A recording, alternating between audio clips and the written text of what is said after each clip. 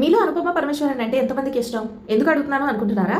ఈ మధ్య celebrity looks ని రీక్రియేట్ చేయడం మంచి ట్రెండింగ్ గా మారింది కదా. మనం పవన్ కళ్యాణ్ లా ట్రెండ్ సెట్ చేయలేకపోయినా సెట్ చేసిన వాళ్ళని ఫాలో అయిపోవాలి కదా. సో అందుకని చెప్పి నేను అనుపమ పరమేశ్వరన్ ఈ లుక్ ని అయితే క్రియేట్ చేయాలనుకుంటున్నాను.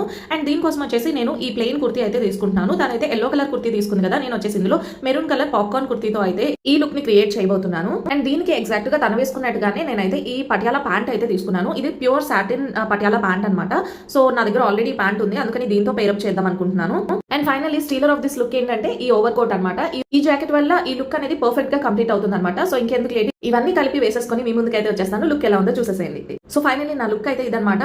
కలర్ చేంజ్ అయిందనమాట, కానీ కంప్లీట్ గా ఆ లుక్ ని క్రియేట్ చేశానని అనుకుంటున్నాను. అండ్ సింపుల్ లూజ్ హెయిర్ తో, సింపుల్ యాక్సెసరీస్ తో ఈ లుక్ అయితే ఇలా కంప్లీట్ చేశాను అనమాట.